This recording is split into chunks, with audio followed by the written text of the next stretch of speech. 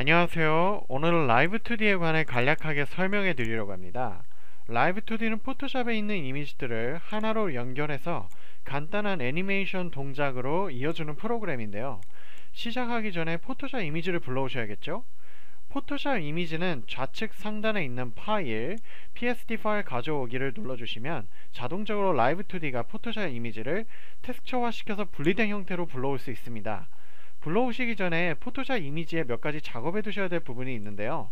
첫 번째는 포토샵 이미지에 있는 모든 레이어들을 켜두신 상태로 저장하셔야 됩니다. 라이브2D에서는 한 레이어는 소스 하나로 저장되기 때문에 레이어를 켜두지 않으면 감춰진 레이어는 인식을 할 수가 없습니다. 그렇기 때문에 반드시 모든 레이어를 켜두신 상태로 저장을 해 두시고요. 두 번째는 모든 레이어들은 백업을 위해서 따로 PSD 파일로 이름을 각각 정해서 저장을 해 두시는 편이 백업을 하실 때 매우 좋아요. 예를 들어서 눈 레이어다 그럼 눈, 입 레이어다 그럼 입, 이런 식으로 이름을 다 정해서 각각 PSD 파일로 저장을 해 두세요. 이 부분이 수정하시거나 백업을 하실 때 다시 가져오실 때 매우 편리합니다. 마지막으로 초심자분들의 경우에는 가급적 모든 레이어들을 결합을 한 상태로 크게 덩어리로 저장을 해두세요. 예를 들어서 웃는 얼굴 그러면 눈 따로 입 따로 저장하지 마시고 그 큰 그림 하나로 딱 저장을 해두셔서 크게 덩어리로 하나 저장해 두시는 편이 좋아요. 소스가 많으면 많을수록 유니티 같은 대표적인 게임 엔진에 적용시킬 땐 램이 많이 차지하기 때문에 초심자라면 덩어리로 저장을 해두시는 편이 적은 용량으로 큰 효율을 보기에 아주 효율적인 방법이라 생각이 듭니다. 자, 그럼 이제 캔버스 화면으로 가보도록 하겠습니다. 지금 캔버스 프로그램 화면 안에 많은 패널들이 보이실 텐데요. 오늘은 이것들 중 작업하기 전에 가장 필요한 캔버스 색 조정과 캔버스 사이즈 조정에 관해서 우선 알려드리겠습니다. 지금 화면에 보이는 캔버스 색은 베이지색으로 설정되어 있지만 보통은 흰색으로 설정이 되어 있을 거예요. 해당 캔버스의 색을 바꾸고 싶으실 때에는 캔버스 좌측 하단에 보시면 캔버스와 같은 색의 작은 사각형을 클릭해 주세요. 그러면 색 팔레트가 나오고 거기서 원하시는 색을 선택해 주시면 됩니다. 다음은 캔버스 크기입니다. 우선 우측 상단에 있는 파일 메뉴에서 다큐멘트 세팅 혹은 파일 설정을 클릭, 거기서 픽셀의 수로 캔버스 사이즈를 정해주시면 됩니다. 캔버스 하단에 보이는 줌 팩터는 현재 캔버스가 얼마나 줌이 되었는지를 알려주는 척도 역할을 하는데요.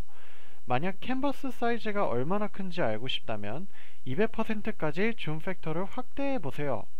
혹시 사이즈가 너무 크다면 다시 아까와 같은 경로로 파일, 다큐멘트 세팅 혹은 파일 설정으로 가신 후 사이즈 조정을 다시 해주시기 바랍니다. 자, 여기까지가 작업을 하기 전에 진행하셔야 할 준비 과정이고, 이제 한번 PSD 파일을 불러와 보도록 하죠. PSD 파일은 전에 말씀드렸듯이 좌측 상단에 있는 파일 메뉴에서 PSD 파일 가져오기를 클릭 혹은 외부에서 PSD 파일을 드래그로 끌어다 놓아주세요. 그러면 이렇게 모두 텍스처로 자동 분리된 소스 파일로 PSD 파일이 캔버스에 펼쳐집니다. 자, 텍스처 파일은 보시는 대로 이렇게 사각형 안에 준비가 될 거예요. 라이브2D는 이 텍스처 하나를 각각의 사각형 공간 안에 담아두는데 초보작은 숙련작은 이 공간대 문제 때문에 항상 라이브2D에서 고민하게 됩니다. 우선 캔버스 전체에 남아있는 텍스처 이외의 공간을 해결해 보도록 하죠. 캔버스 좌측 상단에 있는 텍스처 사이즈를 조정하면 보시는 것처럼 캔버스 공간에 변화가 생깁니다. 가장 이상적인 형태는 이렇게 텍스처 이외에 캔버스에 어떤 공간도 남지 않는 형태인데요.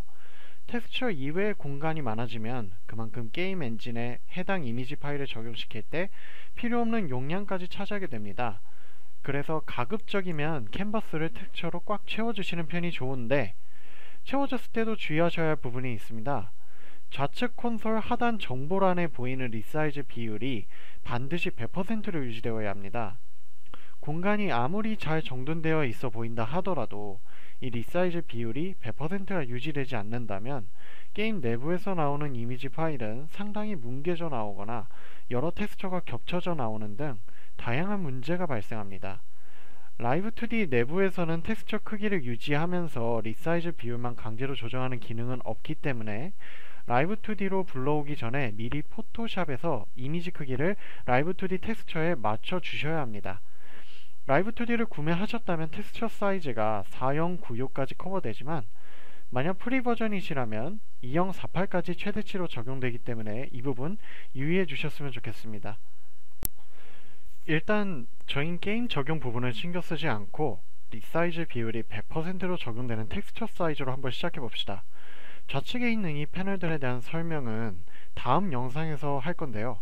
만약 이 패널들에 대해서 궁금하신 부분이 있다면 라이브2D 공식 홈페이지에 가셔서 한글로 번역이 된 가이드를 한번 읽어보시는 것을 추천합니다.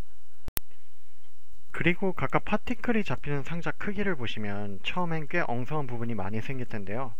소스 자체는 작은데 그 소스에 비해 차지하는 상자, 즉 공간 자체는 굉장히 큰 경우가 종종 생길 겁니다. 지금 이 부분을 확대해 보시면 작은 점 하나가 있는데 이것 때문에 상자 자체가 커져 버린 거거든요. 이러한 부분은 또다시 포토샵에서 정리를 다시 하시고 라이브2D로 불러오시는 이러한 작업을 계속 반복해 주셔야 합니다. 이 파트는 눈썹에 붙는 하이라이트인데 상자가 꽤 정확하게 적용되어 있죠. 그 외에도 캔버스에 나와 있는 다른 텍스처들은 꽤 정확하게 상자가 적용되어 있는 상태입니다. 자, 여기서 제가 초반에 말했던 문제가 발생했습니다. 모든 게 다 여기 있어야 하는데 입모양이랑 기타 몇 가지 텍스처들이 캔버스에 적용되지 않았어요. 현재 우측 패널에 보시면 화면에 보시는 것처럼 아이콘 옆에 눈동자가 켜져 있지 않은 텍스처들이 보이실 건데요. 이건 제가 포토샵에서 해당 레이어를 끈 상태로 저장했기 때문에 여기 있는 입 텍스처가 현재 캔버스에 적용되지 않은 경우인 거죠. 이런 경우엔 바로 포토샵으로 다시 돌아가셔서 해당 레이어를 켜신 후에 라이브2D로 다시 불러오시면 됩니다. 자, 이제 모든 것이 준비되었다고 생각하시면 하단에 보이시는 OK 버튼을 눌러주시면 이렇게 깔끔하게 하나의 그림으로 정리가 됩니다. 자, 오늘은 라이브2D의 가장 기본적인 기능에 대해서 알아보았는데요. 앞으로 제작될 영상에서는 라이브2D에서 조금 더 주요하게 다뤄지는 핵심 기능들에 대해서 알아보도록 하겠습니다. 시청해주셔서 감사합니다.